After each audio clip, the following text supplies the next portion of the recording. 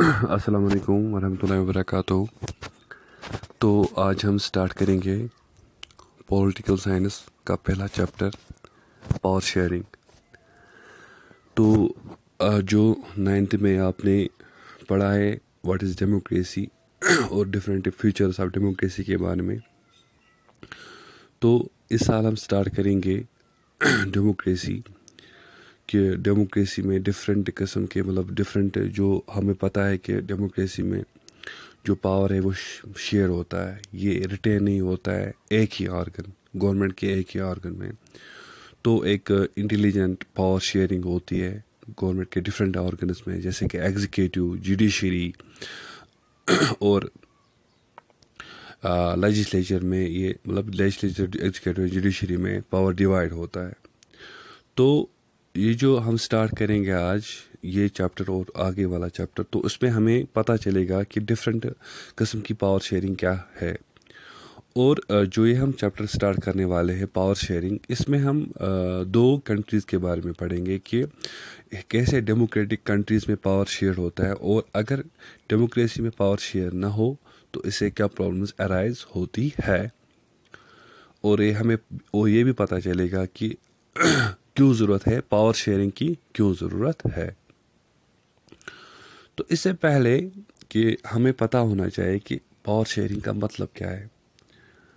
Power sharing का मतलब ये है कि पहले हमने याद रखना है कि power sharing is important element. ये डेमोक्रेसी के लिए एक ज़रूरी चीज़ है। अगर पावर शेयरिंग नहीं है तो डेमोक्रेसी इज़ इनकम्प्लीट। डेमोक्रेसी क्या है? इनकम्प्लीट है। तो पावर शेयरिंग वो टेक्निक है जिसे पावर शेयर किया जाता है एट डिफरेंट लेवल्स, और ये वो एक आइडिया है जिसमें ये इनकलकुलेट किया जाता है डेमोक्रेसी में, इनकलकेटेड कि डेमोक्रेसी में ये किया जाता है ताकि जो पावर है ये कंसंट्रेट ना रहे एक ही हाथ में। Means कि it is inculcated in democracy so that power is not concentrated in at one hand and that different forms can keep a check on each other। जब ये शेयर होता है तो ये एक दूसरे पे चेक कर सकते हैं, कोई ऐसा काम नहीं कर सकते हैं जो डेमोक्रेसी के लिए ठीक ना हो। अगर हम हिंदुस्तान की बात करें, हिंदुस्तान में होल्ड इन टुगेदर फेडरेशन है जिसके बारे में हमने पढ़ना है सेकंड चैप्टर में। यहाँ पे भी पावर शेयर होता है। तो अगर हम बात करें, इसमें स्टार्ट करें पावर शेयरिंग में, तो हमने इसमें दो कंट्रीज़ के बारे में पढ़ना है जो बहुत ही छोटी कंट्रीज़ है। एक कंट्री है बेल्जियम। तो जो बेल्जियम है ये एक स्मॉल कंट्री है यूरोप में। इतनी स्मॉल है कि ये हरियाणा से भी छोटी है जो हमारे।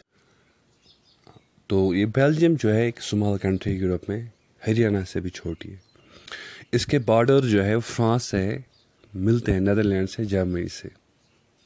इसकी पॉपुलेशन जो है बहुत ही कम है, 1 करोड़ से भी ज़्यादा। लेकिन यहाँ पे क्या है, हरियाणा से हरियाणा की 2 करोड़ है लेकिन यहाँ 1 ही करोड़ है। यहाँ पे डिफरेंट एथनिक कंपोजिशन है। छोटी कंट्री है लेकिन यहाँ पे डाइवर्सिटी है। तो एक जो कंट्री है इसमें टोटल पॉपुलेशन जो है इसमें 59% है फैलमिश रीजन में रहते हैं जो डच बोलते हैं, और 40% वॉलोनिया रीजन में रहते हैं जो फ्रेंच बोलते हैं, और 1% और है जो बेल्जियम स्पीकिंग, वो जर्मन स्पीकिंग है। तो इसकी जो कैपिटल सिटी है ब्रसेल्स, जो ब्रसेल्स है ये कैपिटल सिटी है, कैपिटल है बेल्जियम की। लेकिन वहाँ पे क्या है, वहाँ पे 80% जो है फ्रेंच स्पीकर्स है एंड 20% है डच स्पीकर्स। मीन्स कि जो कैपिटल सिटी ब्रसेल्स है वहाँ पे क्या है, वहाँ पे ज़्यादा फ्रेंच स्पीकर्स और डच स्पीकर्स बहुत कम है, और जो बाकी कंट्री में डच स्पीकर ज़्यादा है, फ्रेंच स्पीकर्स कम है। तो क्या है लेकिन जो ये फ्रेंच स्पीकर्स है वो रिच है, किन से? डच स्पीकर्स से। तो ये बात कुछ पसंद नहीं है डच स्पीकिंग कम्युनिटी को, क्योंकि इनको इकोनॉमिक डेवलपमेंट नहीं होते। और इकोनॉमिक एंड एजुकेशन डेवलपमेंट, ये मतलब पहले फ्रेंच स्पीकर्स अवेल करते हैं, फिर जाके डच स्पीकर्स अवेल करते हैं। तो इससे क्या हुआ है, इससे एक टेंशन क्रिएट हो गया है Dutch speaking and French speaking communities, जो 1950 और 1960 में इनके दरमियान कॉन्फ्लिक्ट स्टार्ट हो गए हैं। तो ये टेंशन बहुत ज़्यादा है, ये मतलब टेंशन इन दो कम्युनिटीज़ में बहुत ज़्यादा है, एक्यूट एंड ज़्यादा। कहाँ पे है? ब्रसेल्स मीन्स कि वहाँ पे ज़्यादा फ़ायदा मिलता है फ्रेंच स्पीकर्स को। तो ब्रसेल्स में क्या है कि जो डच स्पीकिंग पीपल है, मतलब उनकी कंट्री में उनकी मेजॉरिटी है, लेकिन यहाँ पे उनकी माइनॉरिटी है। तो अगर हम देखेंगे तो बेल्जियम एक फेडरल मोनार्की है वेस्टर्न यूरोप में, ये फाउंडिंग मेंबर है यूरोपियन यूनियन का, और जो यूरोपियन यूनियन के हेड क्वार्टर्स है वो भी यहाँ पे है, और एक ऑर्गेनाइजेशन जो है उसके हेड क्वार्टर्स भी वही है, नेटो के। बेल्जियम जो कवर करता है, जो एरिया वाइज ही कवर करता है, और इसकी पॉपुलेशन इतनी है। तो अगर हम इसकी एथनिक कंपोजिशन देखेंगे तो 59% Dutch speakers, 40 French speakers, 1% German speakers. तो ज़्यादा कैपिटल सिटी क्या है? ब्रसेल्स में क्या है? 20% Dutch speakers and 80% French speakers.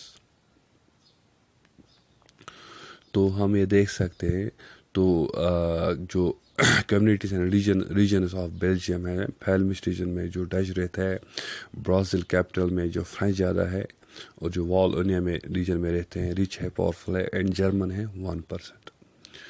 तो इसमें क्या, इससे हमने देखा कि एक छोटी सी कंट्री है जो हरियाणा से भी छोटी है, तो वहाँ पे इथनिक कंपोजिशन है, तो वहाँ पे डिफरेंस यह है कि जो फ्रेंच है वो तो कंट्री में तो माइनॉरिटी है, लेकिन वो कैपिटल सिटी में मेजॉरिटी है। तो इससे क्या है, इसमें यह है कि जो डच स्पीकर्स है उनको ज़्यादा फ़ायदा नहीं मिलता है, लेकिन फ्रेंच स्पीकर उसको फ़ायदा मिलता है। एक और कंट्री है जो हिंदुस्तान के बहुत ही करीब है, जिसको कहते हैं श्रीलंका। ये आइलैंड नेशन है, ये कुछ किलोमीटर दूर है साउदर्न कोस्ट जो तमिलनाडु है। इसकी जो पॉपुलेशन है ऑलमोस्ट 2 करोड़ है, और जितनी हरियाणा की है।